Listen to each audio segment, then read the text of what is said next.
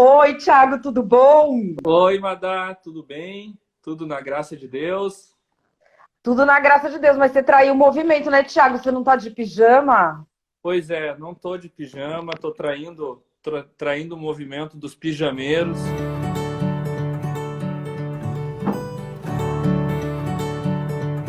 É, O negócio, Thiago, é que assim, a gente tá no meio desse caos aí, que de uma doença que ninguém sabe direito o que que é ainda, né? Aliás, hoje eu estava lendo uma revista científica que descobriram agora o primeiro rastro do vírus do HIV na década de 60. Olha isso. Então, assim, você pensa, se um vírus que a gente já achava que conhecia pra caramba, hoje vieram os caras e acharam um rastro dele 20 e tantos anos antes do que a gente achou que ele tinha surgido. Então, assim, nós estamos diante de um negócio, gente, que é muito perturbador, porque a gente não tem muito controle, a gente não sabe. E, Thiago, nossos políticos, cara, os políticos, eles querem, eles só pensam neles. Infelizmente tá complicado. E uma verdade da política que tu sabes bem é que a política é a arte do possível. É a arte de executar as ações públicas possíveis em busca do bem comum das pessoas. Então, o político ele precisa navegar dentro da possibilidade. Sim. E não é isso que está acontecendo, né? Alguns simplesmente estão negando tudo, outros simplesmente estão fazendo o inverso, que é o que está acontecendo aqui em Porto Alegre, infelizmente. Porto Alegre é uma cidade que está com risco baixo para médio de Covid, tem muitos leitos sobrando. Eu não conheço ninguém, Madá, que tem Covid aqui em Porto Não, Alegre, aqui no Rio Grande do Sul. As pessoas que contraíram olha. Covid que eu conheço são de fora, né? São de São É, a Paulo. gente aqui, olha, Thiago, não passa 2 dias sem um conhecido meu perder um parente. Eu sei que aí Desde a março. realidade, a Olha, realidade é totalmente outra, né? nossa, é cada coisa, porque assim, aqui o que está acontecendo? A pessoa, tem o pessoal que está perdendo parente pelo coronavírus, e tem já, porque a lotação aqui de UTI está assim, 90%. Eu conheço, por exemplo, uma moça que o pai dela, ela é aluna de um amigo meu, o pai dela morreu, infartou, não conseguiu lugar para ser atendido, porque estava tudo com gente internada do coronavírus, e aí Nossa, ele morreu de outro negócio. Eu sim. tenho amigos que não estão conseguindo ir fazer quimioterapia marcada. Então, Uhum. assim, a gente está em situação que, seja alto ou baixo, ou qualquer que seja o risco, eu estou vendo assim, muitos políticos preocupados com a imagem deles, com a ação deles, e poucos esquecendo as diferenças e se juntando para trazer uma calma para a gente, né? Isso. Eu acho que o que mais nós estamos precisando hoje é de segurança, né? E a segurança, ela também é transmitida não apenas num ambiente de calmaria, porque aí é fácil transmitir segurança, mas quando a gente está com problemas. Eu sempre lembro de uma historinha de dois finalistas de um quadro, né? Então existia uma obra, a pessoa tinha que desenhar em um quadro, uma tela, e fazer uma pintura da representação da tranquilidade, da paz. E aí uma pessoa desenhou alguém numa rede, deitado numa rede, tomando uma água de coco, feliz da vida, né? Como paz. E a outra pessoa desenhou uma figueira estrondosa, grande, enorme, bem no penhasco, e um de seus galhos ia para a catarata. E aquela catarata com aquele vapor de água, aquela coisa assim que você só de ver a tela você ouvia o barulho, né? E lá na ponta desse galho tinha um ninho, e nesse ninho tinha três passarinhos dormindo, né?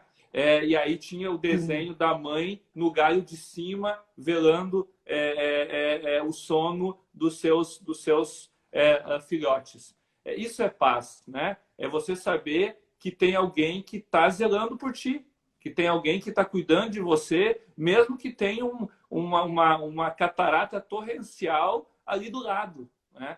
E é isso que nós estamos sentindo falta hoje, né? Ou simplesmente é uma mãe super protetora que te coloca embaixo das asas e não deixa você respirar, né?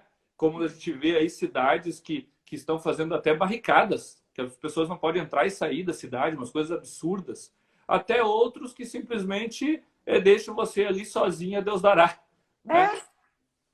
E assim, esse momento que a gente vê, uma coisa que eu tenho visto muito interessante é que a gente está vendo a união de líderes religiosos aqui em São Paulo. Quando você vai em distribuição de cesta básica, atendimento a pessoas que moram na rua, aqui tem um monte de gente que usa droga, que mora na rua também, que aí é uma outra situação. Quando você vai ver, a gente está vendo assim, uma coalizão de líderes religiosos, de todos os credos, diferentes, colocando assim, as diferenças para lá e se juntando e atendendo as pessoas. Por que a diferença religiosa ela parece ser mais profunda? Tanto que as grandes guerras da humanidade foram geradas por diferenças religiosas.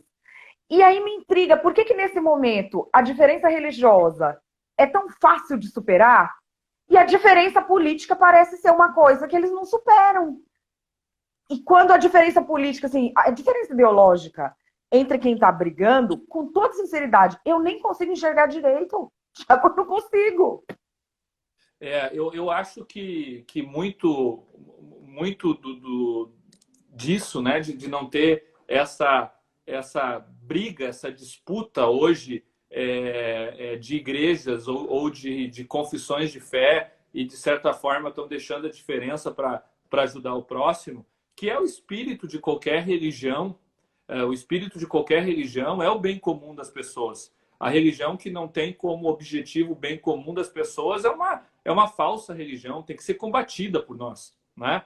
Agora, a religião que quer o bem comum, que quer o bem das pessoas, ela tem que deixar as diferenças. E eu acho que muito passa por a questão do poder.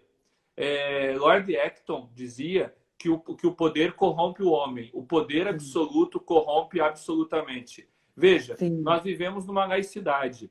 Uma laicidade é a separação do poder religioso com o poder político. A nossa laicidade é uma laicidade que entende a importância da religião e colabora com a religião. Bom, como o poder religioso não pode alcançar o poder político, aí você tem naturalmente a impossibilidade, o muro do Estado laico para que a religião tome o poder político. Nessas guerras que você está falando, que aconteceu no passado, geralmente se dava por isso, porque o poder religioso também queria o poder político, também queria dominar a política. E a guerra religiosa que nós temos hoje, com a jihad, e também é política, porque o pessoal da jihad, de outros movimentos aí, islâmicos, eles não querem só o poder religioso, só que todos sejam muçulmanos. Eles querem também o poder político, o poder da cidade. Tanto é que a gente sabe que países como o Afeganistão são teocracias, né? Quem manda na cidade, quem manda no país é a religião. Tanto que, como tu sabes, tu já esteve nesses lugares, a lei civil, a lei que coordena a vida das pessoas é a Sharia. E a Sharia é uma lei religiosa, né? Que é religiosa, né? Porque assim, eles falam que a Sharia tem base no Corão, que não sei o que, não sei o que lá. Tem base nenhuma. Cada país que você vai é uma diferente. Os caras inventam os negócios que vêm da cabeça deles e enfiam lá. Porque o que seria, em tese, o poder religioso, que vem das escrituras, que vem do sagrado, que serve o bem comum e que é espiritual, os caras precisam manobrar para virar uma coisa de como administra a cidade. Então eles vão mais na criatividade ali, né? Sim. Eu não sou conhecedor do Corão, mas o Corão dá brechas para isso, né? Para essa questão de você dominar todas as ordens. Sim. E aí eles acabam, como tu disse, manobrando, digamos assim, as leis religiosas para conseguir ter poder. Mas poder aonde? Poder na política. Então, eu vejo que a igreja aqui no Brasil e praticamente todo o Ocidente, ela não quer mais esse poder político, né? Claro, existem algumas lideranças que flertam com o poder político, inclusive aqui no Brasil, ok. Mas agora a instituição igreja não quer mais, né? Ou não pode mais, né? Aí vai a interpretação de cada um. Mas como a instituição igreja não pode ou não quer, então o que ela faz? Ela ajuda o próximo, que é o papel dela. Enquanto os políticos continuam sedentos pelo poder, né? Claro que existem exceções, existem políticos que estão fazendo o possível, doando seu tempo, doando sua vida para enfrentar essa pandemia. Mas agora, infelizmente, não é a regra, né? Então a gente tem políticos aí, mandatários desnorteados e muitos sedentos desse poder e dessa possibilidade agora extraordinária, né? Eu tenho visto muito, não, mas nós estamos num período extraordinário, então eu tenho que tomar medidas extraordinárias. E medidas extraordinárias significa fazer o que eu quiser, né? E você sabe que às vezes eu fico pensando... Eu estava outro dia analisando algumas declarações assim dos políticos que mais têm fã-clube, né? Ó, pessoal, se vocês quiserem ir deixando as perguntas, vou dar um oi aqui. O Jean Regina está aqui com a gente, um beijo. Nelo Rodolfo, beijo. O Rodrigo Pereira, JJ Hamper, que está sempre por aqui. Gente, se eu não consigo ler, porque eu estou sem óculos, eu não enxergo tudo. Deixa aqui deixa a sua pergunta que a gente vai fazendo. E fica claro que isso é um problema que a Madá tem congênito, não é a idade. Ela não consegue enxergar bem porque é um problema de nascença. Porque ela é muito jovem, ela conseguiria, pela idade, ela conseguiria ler tudo. Tá? Sim, é verdade. Aí, né? Até eu estava comentando com ela, agora há pouco ela fez aí 25 anos, 30 anos de profissão? 24. 24. E eu disse para ela, pô, você começou com 6 anos, né? Aí ela não foi 6, foram com 4 anos, né? Mas esse parênteses aí... É que prodígio é prodígio, né, cara? Prodígio começa com 4, 5 anos.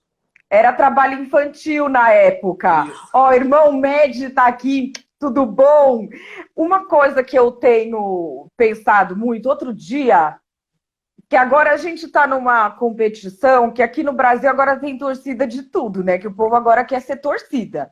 Então tem torcida de político, tem torcida de remédio, tem torcida de tudo que não faz sentido nenhum ter torcida. Torcida é para time. Fora de time, não tem sentido ter torcida. Não tem sentido.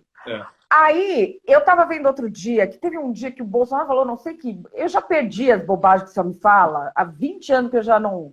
Agora, o Lula chegou e falou aquela história de que é bom que o vírus tá por aí, porque agora o Estado, não sei o quê. No mesmo dia que o Bolsonaro, acho que também tinha feito pouco caso de alguma coisa. E aí eu comecei a... Ah, da Tubaína, isso mesmo. Foi no mesmo dia.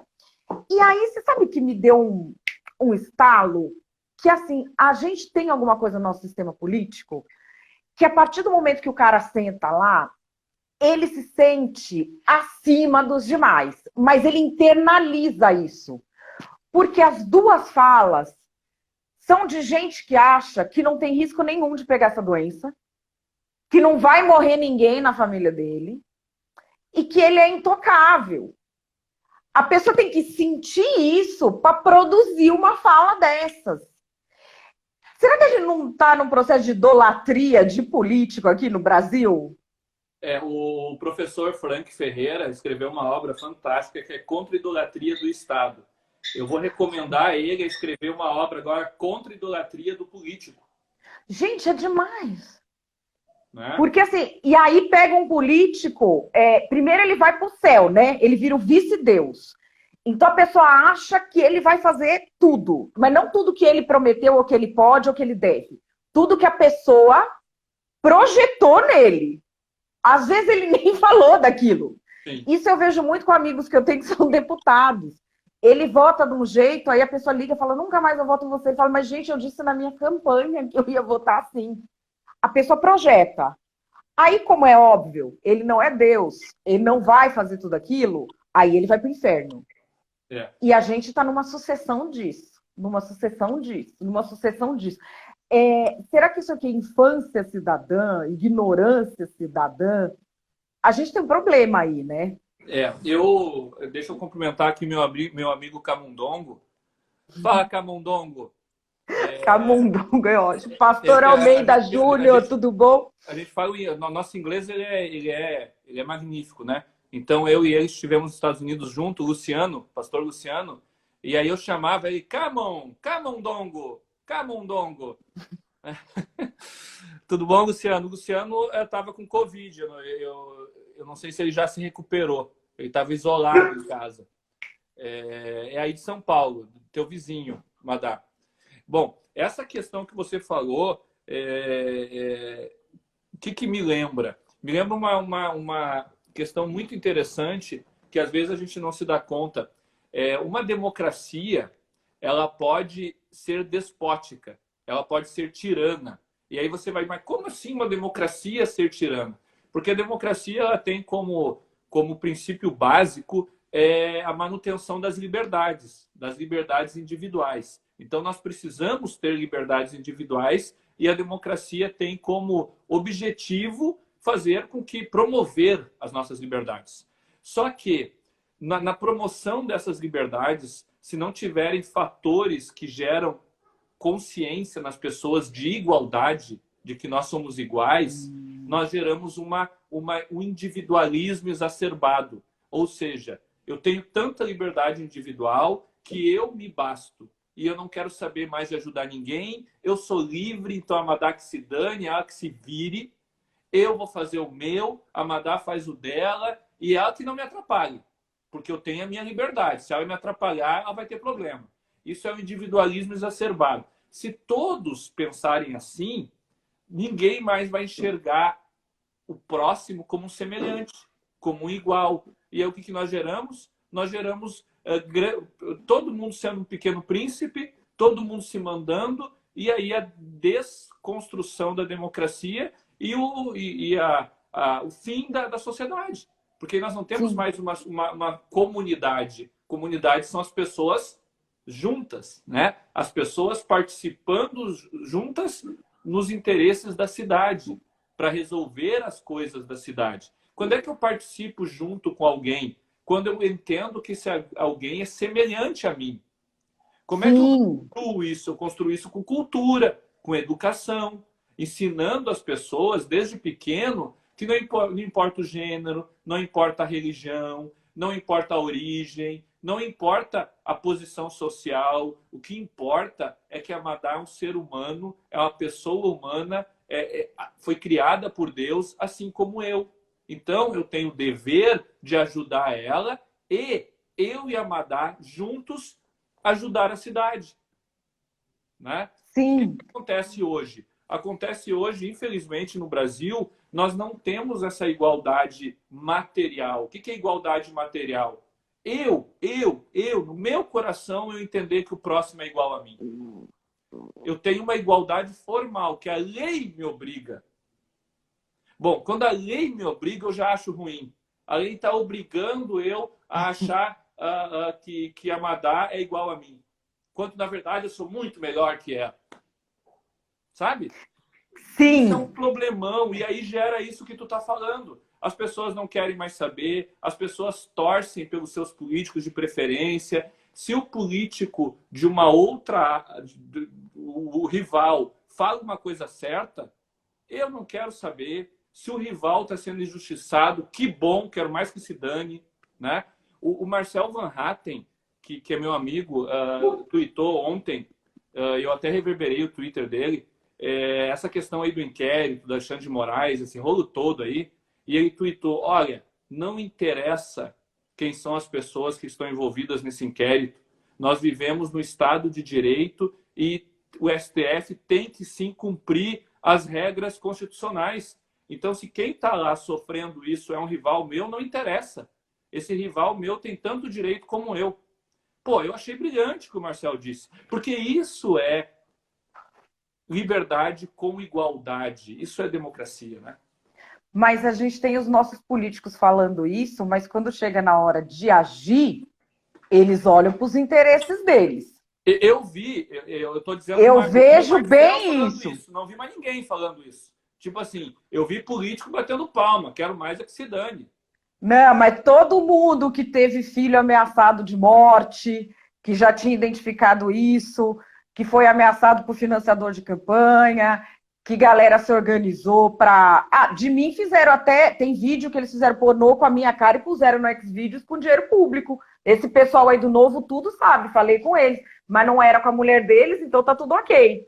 Pois é. Eu não confio nesses políticos, não. Porque o que eles querem, ó, é proximidade com o poder. Porque eu acho que tem isso também, e isso a gente vê em vários lugares da Bíblia, as pessoas têm que tomar muito cuidado.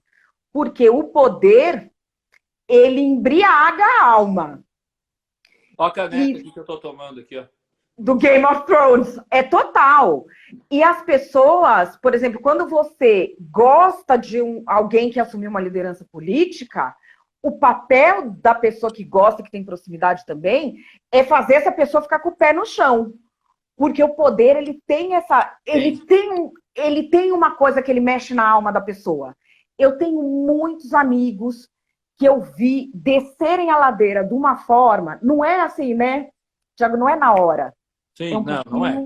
um pouquinho, dali 10 anos, você olha e você fala, meu Deus, o que que essa pessoa se tornou? É a história da rã, né? A rã, se você colocar ela na água fervendo, ela vai pular, né? Mas coloca na água fria e vai esquentando. Como você vê, você cozinhou a rã, ela ficou ali dentro. É, e é uma coisa assim que a gente tem que prestar muita atenção. Mas aí, olha, aqui, o Luciano, o pastor Luciano falou que a esposa dele está internada, mas está bem e que ele está curado. Amém, pastor. Aqui orando pela sua esposa, Isso. que ela também se recupere. E ele disse que o sistema político está contaminado e imerso em trevas. Olha, gente, eu também acho que ali, ó, eu não sei quem frequenta esses ambientes, eu frequento. Ali tem uma bad vibes, tem ali uma possessão. Eu sinto, eu não sei se eu tô louca, eu sinto que tem alguma coisa ali e que tem umas pessoas que carregam esses negócios. Olha, aqui a pergunta do J.J. Hamper: um curso obrigatório de 1 ano de política para a pessoa se candidatar é uma boa solução para evitar candidatos fantoches? É difícil essa, hein? É difícil. É que nós como cristãos, nós acreditamos que o homem ele nasce depravado, né? Ele nasce separado de Deus e a tendência dele é o pecado. Então, o único processo de redenção é Cristo. E essa luta é uma luta diária, essa luta contra o pecado. Então, nós precisamos ter, como o profeta Davi dizia, né? Meditar na palavra de Deus dia e noite. Se a gente não fizer isso, não adianta curso, não adianta nada. A gente vai se corromper. É a história da rã. Mas é claro que a gente pode... É o que eu penso. Nós podemos, além de ter essa proximidade com Deus, meditar a sua palavra, tentar buscar a santificação, como Paulo diz, claro que nós precisamos de ferramentas, cursos como este. A Madá tem um curso aí de política muito bacana. São ferramentas importantíssimas, mas são ferramentas, porque a mudança, a redenção vem por meio da graça em Jesus Cristo, né? Tomás de Aquino dizia que é possível você alcançar patamares de intelectualidade via razão e ser um homem bom via razão. É possível, mas é muito difícil. Por isso que a revelação especial em Jesus Cristo, por meio do Espírito Santo, atalha esse caminho, né? Você buscar ser uma pessoa boa por meio da razão, por meio de boas práticas, apenas e tão somente, é um caminho difícil, é um caminho dolorido, é um caminho que torna você um estoico, sabe? Aquela pessoa chata, aquela pessoa que não se relaciona, porque você vai ficando duro, sabe? Vai endurecendo seu coração, porque é difícil você, sozinho, buscar o bem. Entendeu? Sim. Você precisa do Espírito Santo. Sozinho, até é possível, mas você vai se tornar uma pessoa impertinente. Uma pessoa, aquela pessoa, Madá, que tu conhece, eu conheço também, aquela pessoa que parece que está sempre enfesada, sabe? Que não consegue fazer cocô durante um mês. Então ela está sempre... Tem, não tem os nervosinhos? Tem. Ela está sempre... né? O que permite você buscar o bem com alegria, com harmonia, é o Espírito Santo, né? Então, se eu posso dar um conselho, fazer um curso, O curso, primeiro, lê a Bíblia, te aproxima de Deus. E depois faça o curso da Madá. Ó, estudarpolitica.com, meu curso. E ó, lá no curso, sabe o que eu botei agora na quarentena? Tem um aulão aberto, os 3 poderes, o que cada um faz exatamente, que é uma coisa que, infelizmente, não ensinam pra gente na escola, né? Devia ensinar. O Jean Regina tá aqui falando que o Darth Vader ronda os palácios brasileiros. Gente, mas olha, outro dia eu tava até falando com o meu pastor de uma situação específica entre políticos que eu falei assim, se aquilo não for uma potestade que está agindo, eu jogo a toalha, porque aquilo não é humano, aquilo não é terreno, não é normal aquilo. O Felipe Branco falando que não tem curso que faça corrupto deixar de ser corrupto. Isso é verdade. É verdade. Olha, eu acredito Jesus, em redenção. É só Jesus. Eu acredito em redenção por Jesus. Eu só não acredito em redenção de uma coisa, de encostado. Encostado não tem jeito, gente. Encostado tem que primeiro exorcizar. Encostado, aí acabou. O pessoal, Madá, por que não teve o Brasil para os brasileiros terço? Por causa de uma emergência com o meu carro, que foi uma epopeia. Enfim, uma coisa que você estava falando e que aí eu também estou pensando aqui, que é o seguinte. A gente não gosta de admitir isso, que a gente peca, que a gente é falível. E eu vejo muito isso em grupos políticos. Porque eu acho que essa coisa de apontar o dedo é muito para fingir que eu sou uma pessoa tão maravilhosa que só pensa coisas boas e só faz coisas boas, mas este aqui não. Eu vejo isso. Essa coisa da pessoa admitir que erra e trabalhar a questão do perdão. Tô falando, perdão não assim, faz o que quer e que se dane. Não é assim, impunidade, não é disso que eu tô falando. É de acolher quem se arrepende, de compreender que a alma humana é falha. A falta disso na nossa sociedade tem contaminado a política. Tem muito, né? E aí passa por esse processo novamente que eu falei antes, né? Precisa partir de mim a ideia de que o próximo é meu semelhante. E se eu não ajudar o próximo e me unir ao próximo para ajudar as pessoas, o que vai acontecer? Eu vou me tornar uma ilha, o outro vai se tornar uma ilha, isso vai potencializar a corrupção, vai potencializar essa fome, essa ganância por poder, vai potencializar o jeitinho brasileiro, então eu posso passar a perna no outro, vai potencializar bandos, quadrilhas. Eu me uno com outros, porque a pessoa, nós seres humanos, nós somos seres coletivos, sociais, nós precisamos dos outros. Bom, mas como eu não quero estar com o outro para praticar o bem, como eu não quero estar com o outro para ajudar as pessoas, eu me associo aos outros para quê? Para responder às minhas necessidades. Então, me associo aos outros para praticar atos de corrupção. Né? E a corrupção aqui, não só a corrupção política, que é a pior, né? Porque a corrupção política tira a comida do brasileiro, mas outras corrupções. Né? São tantas as corrupções do gênero humano, então a gente se associa, às vezes, para falar mal dos outros, se associa para polarizar as questões, não só para roubar, furtar, entendeu? Se associa para fazer fake news, para mentir. Então, eu acho que precisa existir uma restauração das pessoas. É isso que está faltando. Sabe que isso que você está me falando, teve um caso que aconteceu aqui em São Paulo, porque aqui em São Paulo, eu lembro quando, antes do carnaval, eu não lembro nem se eu te falei isso, que eu falei assim, não, eu não vou em lugar nenhum. Eu fiquei presa dentro de casa no carnaval. Por quê? Eu estava vendo aquele povo todo de onde eu trabalhava lá na Faria Lima, indo passar carnaval na Europa. E tava bombando coronavírus lá. E eu falando, essa gente é muito doida, cara. Essa gente é muito doida. É só um carnaval na sua vida que você vai perder. Eles vão fazer isso mesmo? Bom, os primeiros casos foram desses lindos que foram pular carnaval na Europa. E parece que tinha também gringo aqui pulando. Eu não saí na rua. no carnaval. Bom, depois daquilo, a gente começou a ter umas passeatas. E o pessoal do mercado financeiro na Faria Lima, na época, estava ainda...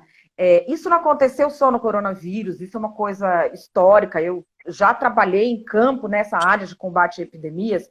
Toda epidemia, quando o agente é desconhecido, você vai ter uma parcela da sociedade, principalmente homens, em idade assim, de 30 e pouco a 50, que vão negar.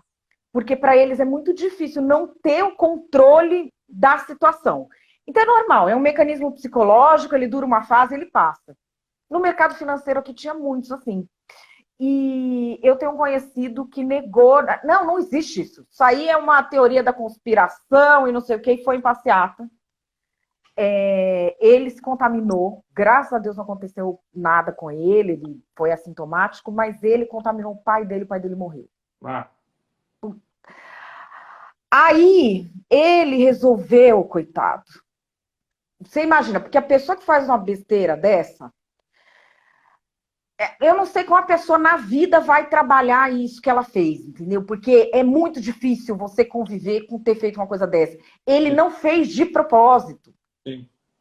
Ele fez achando que ele estava fazendo a coisa certa. Tipo, eu sabia. Né? Você acha que se ele pensasse mesmo que ia ter essa consequência, ele ia fazer? Não ia. Ele pensou mesmo que era uma teoria da conspiração e fez uma bobagem irreversível e vai carregar essa dor. Ele resolveu postar, Thiago, na internet, como alerta para os outros. Olha, eu fiz isso, isso e isso, e agora o meu pai, não sei o quê. Cara, as pessoas foram tirar sarro dele na internet. Pessoas que eram conhecidos dele. Pessoas que trabalham com ele.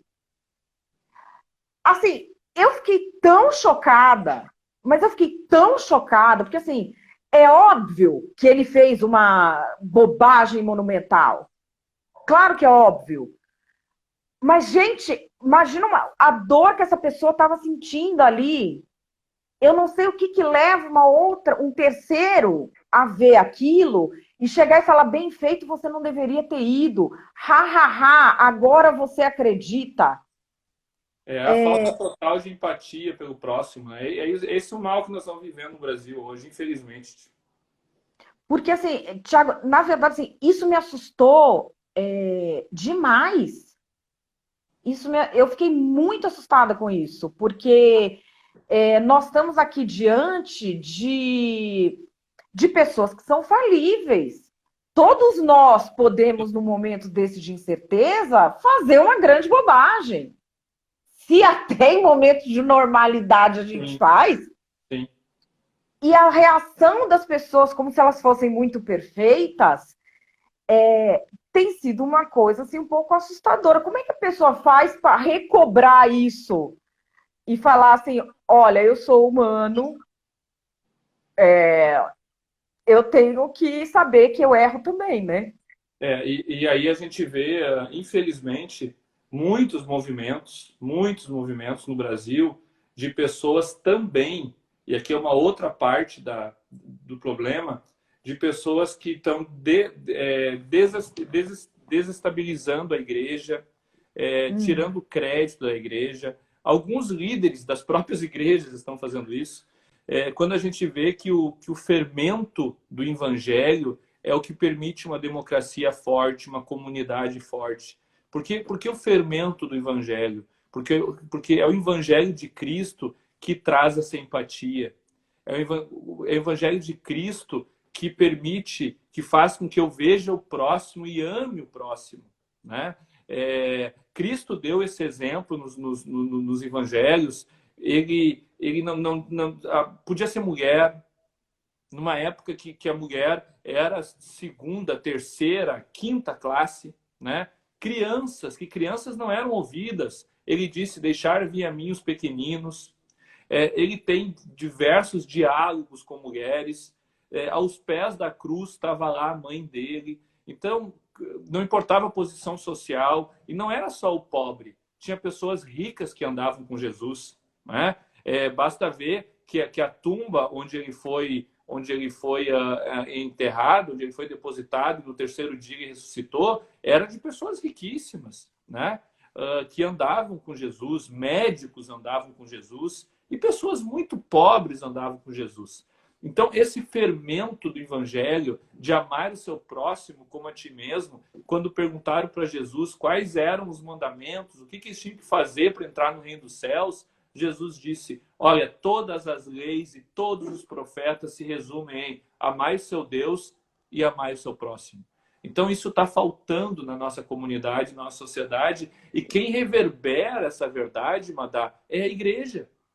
A igreja reverbera isso para as pessoas desde pequenino. Olha, você precisa amar o seu irmão, você precisa amar o seu próximo, você precisa amar as pessoas como se não houvesse amanhã, parafraseando aqui o poeta Renato Russo, né? Mas é verdade, você precisa amar as pessoas como se não houvesse amanhã. Esses dias nós estávamos conversando e você me disse um testemunho que é um testemunho que a gente vê muito na igreja de um jovem que tinha sido preso, que tinha se envolvido com drogas, e ninguém queria saber desse jovem, e ele estava lá na igreja, no subúrbio, de terno e gravata, sendo recebido por todos, né? E isso, assim, depois que ele já tinha sido recebido, voltou pro crime.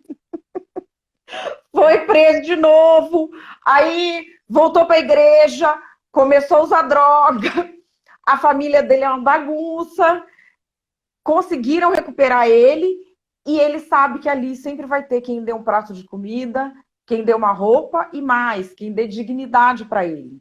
Ele foi lá abraçado por todo mundo. Por Deus não desiste de nós, nunca. Sim. Né? E esses valores são reverberados pela igreja. Terça-feira agora nós tivemos a vocação social da igreja na jornada do IBDR e foi bonito de ver, sabe, a cobeligerância, um arcebispo católico falando em harmonia, em uníssono com o reverendo presbiteriano protestante, sabe, de como a igreja pode ajudar a sociedade nesse momento de colapso. E depois nós tivemos a palavra da ministra Damares, que mostrou em vários projetos que a igreja já tem ajudado. Por exemplo, muitas pessoas estavam na Europa de férias em fevereiro, né? E aí deu a pandemia e os hotéis fecharam. E as pessoas ficaram na rua, madame. Brasileiros, com dinheiro, né? Mas não tinham como voltar para o Brasil, porque aeroporto fechado, hotéis fechados, e aí? Fica embaixo da ponte. Quem ajudou essas pessoas? Foram as igrejas. O governo entrou em contato com igrejas católicas, evangélicas, pela Europa, por vários países, e as igrejas abriram as portas para essas pessoas que nunca viram. Sabe, quando eu trabalhei eu fiz parte da equipe que erradicou a polio em Angola, pelo Unicef. Eu era diretora de uma área lá de comunicação, advocacy, mobilização social. E a gente tinha, olha, como grandes parceiros as igrejas. E agora, finalmente, no Brasil, o Unicef está fazendo parceria com as igrejas na pandemia. O Unicef acabou de firmar uma parceria com a IBAB, Igreja Batista de Água Branca, que é a minha igreja,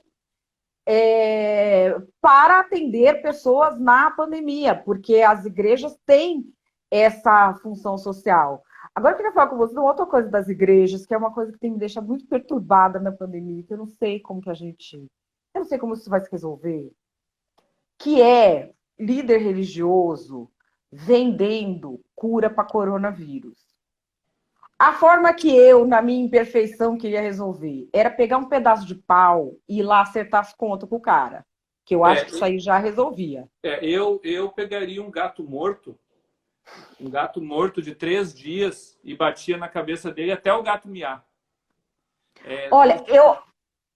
Eu vejo, isso me dá uma coisa, porque assim, como que a pessoa que é um líder religioso pode vender, e vende assim por R$300, por R$1.000, por isso aqui é cura do coronavírus. Isso é crime, né? Isso é crime, é curanderismo, é crime previsto no Código Penal. Esse cara tinha que ir para a cadeia, né?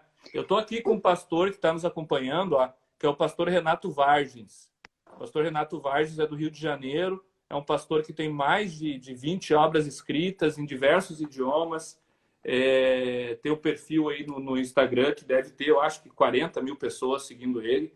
E o Renato O pastor Renato, ontem até liguei para ele, a gente ficou conversando, batendo papo. O pastor Renato é uma das pessoas que tem lutado contra isso, sabe, Madá?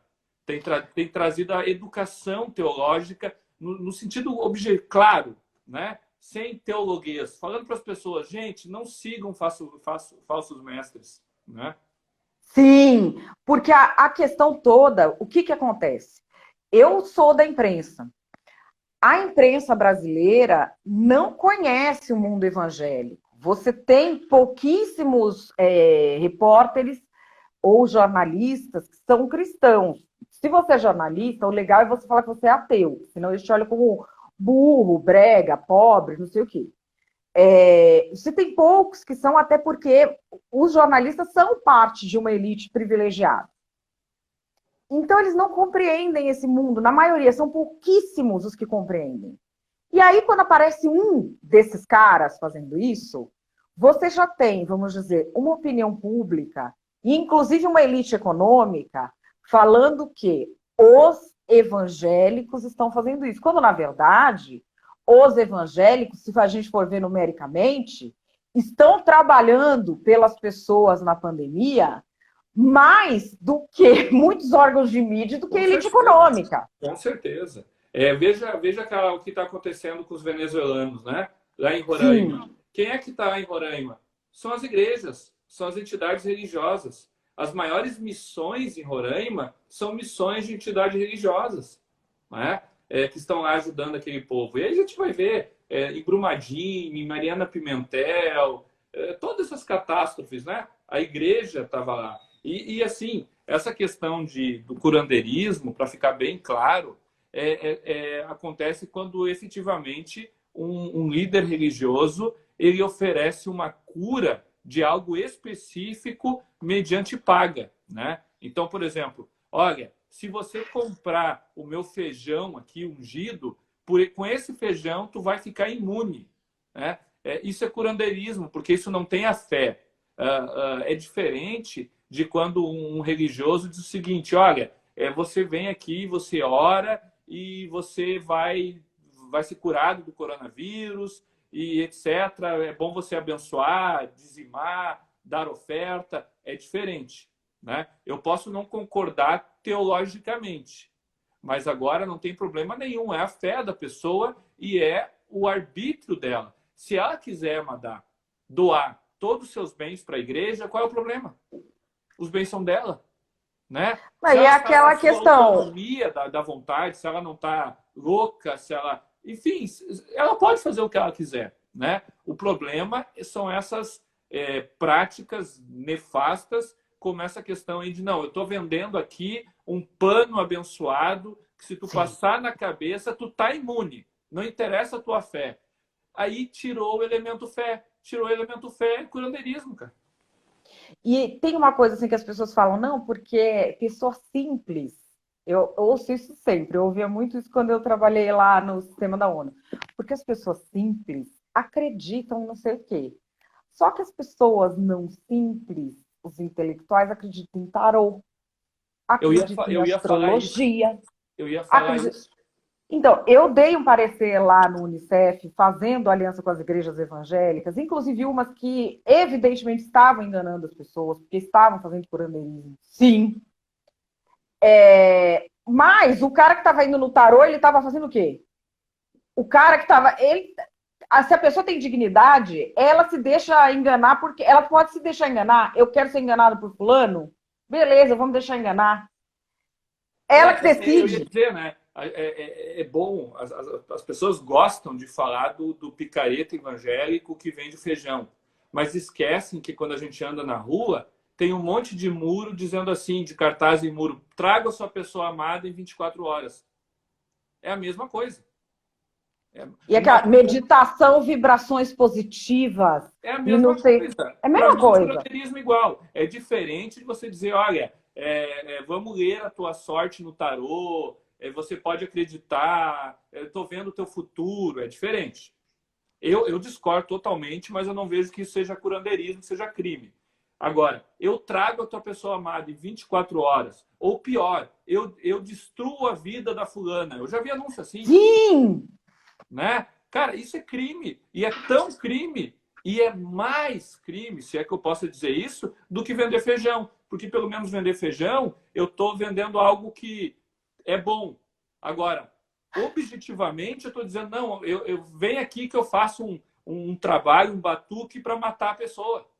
Pô, objetivamente é ruim, sabe? E por que que a gente tem isso correndo tão solto? Porque isso é uma coisa que faz parte do nosso dia a dia. Quem é que teria que agir nesses casos? Porque, por exemplo, eu vejo que no mundo evangélico isso tem sido muito ruim. Isso tem sido muito ruim. As pessoas se sentem muito desrespeitadas porque todos são retratados como se fossem essa minoria. Quem que tem que agir? Que ação que é possível diante disso? Eu vejo que a principal ação é conscientização, né? De novo, conscientização e o evangelho. O evangelho é entrar em todas as camadas na vida humana. Por isso que eu citei o pastor Renato, porque ele faz esse trabalho de conscientização muito bacana. E no segundo momento, e aí essa linha é muito tênue, né? Tem que ser muito objetivo a prática do curandeirismo. Tem que ficar claro, Sim. né? Olha, realmente o cara está vendendo algo que não pode entregar, com certeza, né? Bom, esse cara tem que sofrer um processo criminal, sabe? E aí você vai começar a fazer exemplos e quem sabe também seja um processo educacional, né? Porque o exemplo Sim. também é educação, mas tem que ter cuidado, porque muitas vezes o agente público ele faz porcaria, né? Quer ver lá em Santa Catarina? Lá em Santa Catarina tinha um decreto do governador, isso faz tempinho já, tu vai lembrar, que dizia o seguinte: olha, tá proibido a realização de cultos. O que o policial militar fez? Recebeu uma denúncia, foi na casa de uma pessoa, que estavam 5 pessoas orando, a família orando, bateu palma e disse: vocês estão orando, aí tem que parar de orar, porque o decreto diz que não pode orar. É Isso bem aconteceu, isso complicado. aconteceu. Eu vi o boletim de ocorrência, tá? Depois o policial militar foi pedir desculpa, gravar vídeo pedindo desculpa. Mas aí ele acabou com o culto de uma família, tá? Então também, Madá, nós temos esse problema que o agente político, a pessoa que vai lá executar a lei, muitas vezes tem uma dificuldade cognitiva enorme, né? Então, se Não você sabe faz o uma ação limite, né, Tiago? Não sabe. não sabe, aí você faz uma ação pública assim, tem que prender quem pratica o curanderismo. Daqui a pouco eles estão entrando lá na IBAB e prendendo o pastor Ed René lá, porque ele está orando por milagre. Sim, porque vamos orar pelos nossos irmãos que estão doentes. Pá, curandeirismo. Então é tênue, sabe? Às vezes, John Stuart Mill fala uma coisa que é muito verdade no livro sobre liberdade. Ele diz o seguinte: aos males da liberdade, dê mais liberdade. Né? Sim. Por quê? Porque as próprias pessoas se regulam. Se a gente ensina, as próprias pessoas vão enxergar: olha, o que esse cara está fazendo, vendendo feijão, isso é um absurdo. Vamos deixar de seguir esse cara. E quando vê, ele não tem mais ninguém e ele se mata. Né? Se mata no sentido... deixa Mata de a ser popularidade. mas como as pessoas vão deixar de seguir alguém assim? Quando elas tiverem compreensão, quando elas tiverem Sim. educação. Né? Agora vamos falar da jornada do IBDR, que eu vou participar também, né? E isso já está em nosso tempo, né? E as tuas lives geralmente são de 30 minutos. Nosso papo tá bom aí, que já deu quase 1 hora, né? Sim. Bom, nós estamos com a jornada do IBDR, do Instituto Brasileiro de Direito e Religião. É a primeira jornada que nós estamos fazendo virtual e já tratamos 3 assuntos, 3 temáticas: o direito, a filosofia e a religião. E agora, na última temática, que é semana que vem, dia 2 de junho, uma terça-feira, às 21 horas, nós vamos tratar sobre a temática da economia. O que fazer, né? Como vai ser a reconstrução, primeiro, da minha casa, que é a primeira economia, né? Economia vem exatamente das coisas da casa, né? Então, como reconstruir a minha casa? Muita gente está desempregada, muita gente está ganhando menos, muita gente teve seu contrato suspenso.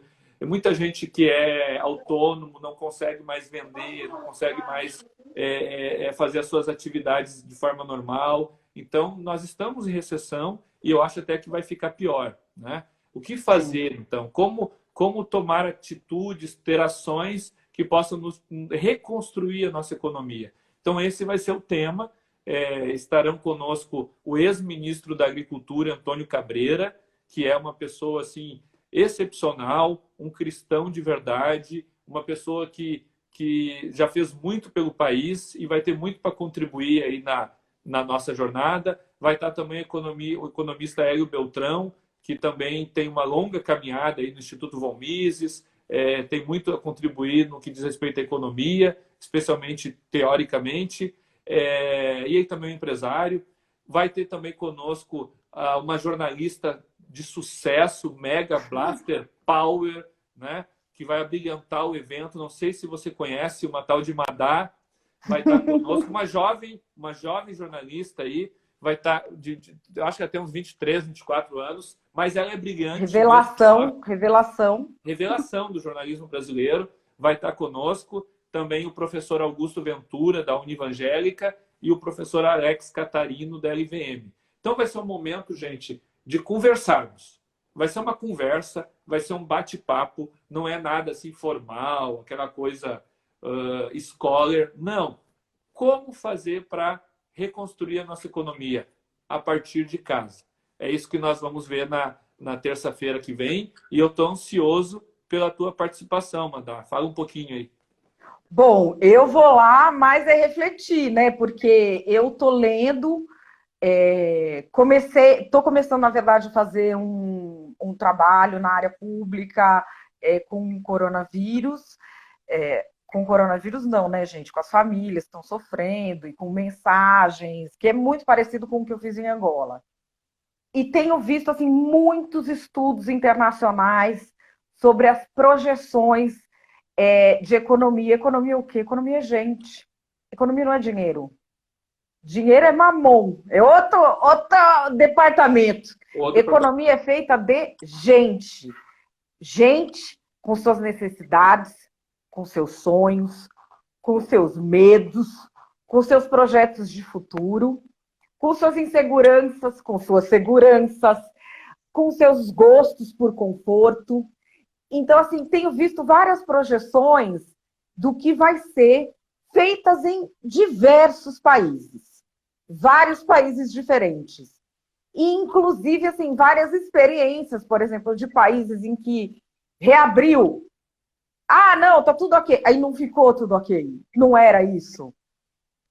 A mudança que a gente está tendo, por exemplo, no mercado de design, no mercado moveleiro, no mercado de eletrodomésticos, está tendo uma revolução.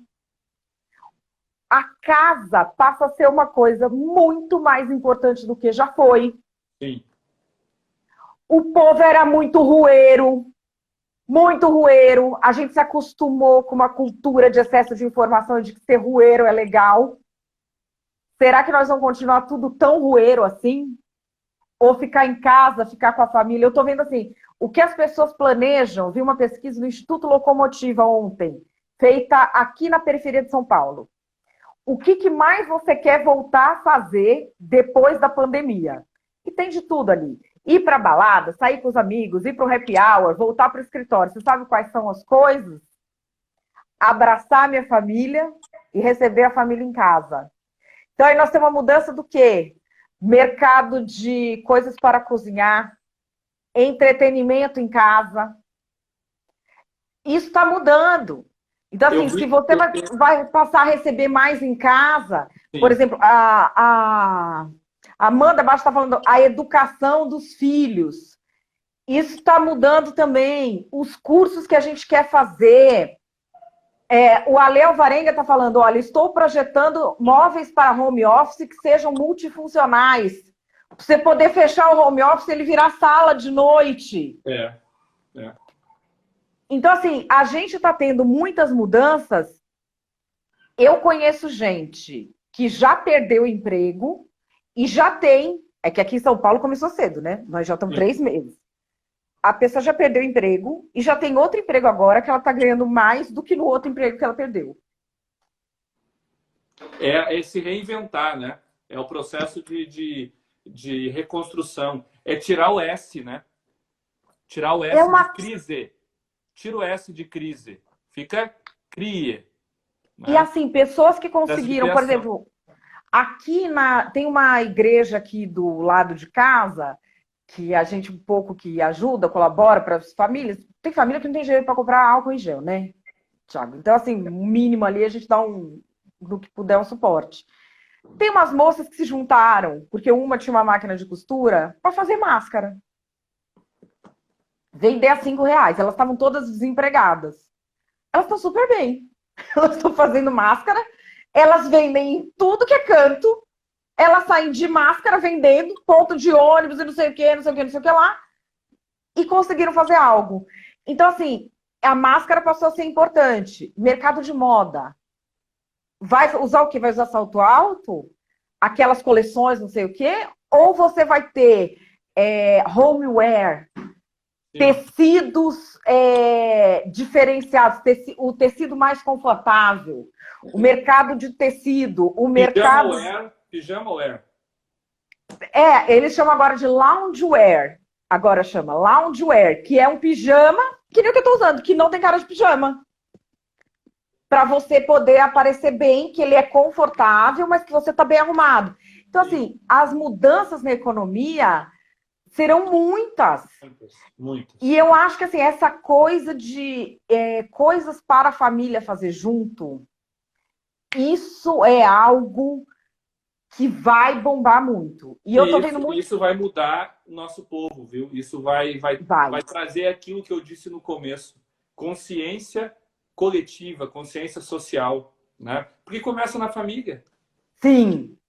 E eu tô vendo muito cara assim que fica, que tem que sair, tem que voltar para trabalhar, tem que voltar para não sei o quê, mas na verdade o negócio é que o cara tem amante. Eu já tenho uns 3 aqui que eu sei que estão no sururu, estão tudo com fogo porque tem amante. E aí o que acontece? O povo que tem vida dupla, as vidas duplas passam a ser insustentáveis. Como é que você vai ter vida dupla com um vírus desse rolando? Não dá para ter vida dupla. Com os outros vírus, você usa lá um preservativo, usa um não sei o quê, o cara consegue. Com esse vírus não dá para ninguém ter vida dupla. Então, assim, tem muito... E quanto que a gente tem de negócio dedicado a servir homem de negócio com vida dupla? Verdade seja dita. Quanta fatia da economia? De hotel, de motel, de restaurante, de não sei o quê? Quanto de fatia da economia que eles chamam de turismo, que é para servir homem com vida dupla? Não vai mais ter. Porque não dá. A gente sabe quanto tempo que vai demorar para driblar isso aí? Não dá para o cara ter vida dupla. Vai levar essa desgraça para dentro da casa dele. E mulher também, né? Mulher também. Caso daí que chegou o homem tá fazendo o papel dele e a mulher tá com a vida dupla, né? Bom, é isso. Beijo, Thiago. Valeu. Tá bom? Tchau. Valeu, tchau. Obrigado pelo papo. Valeu.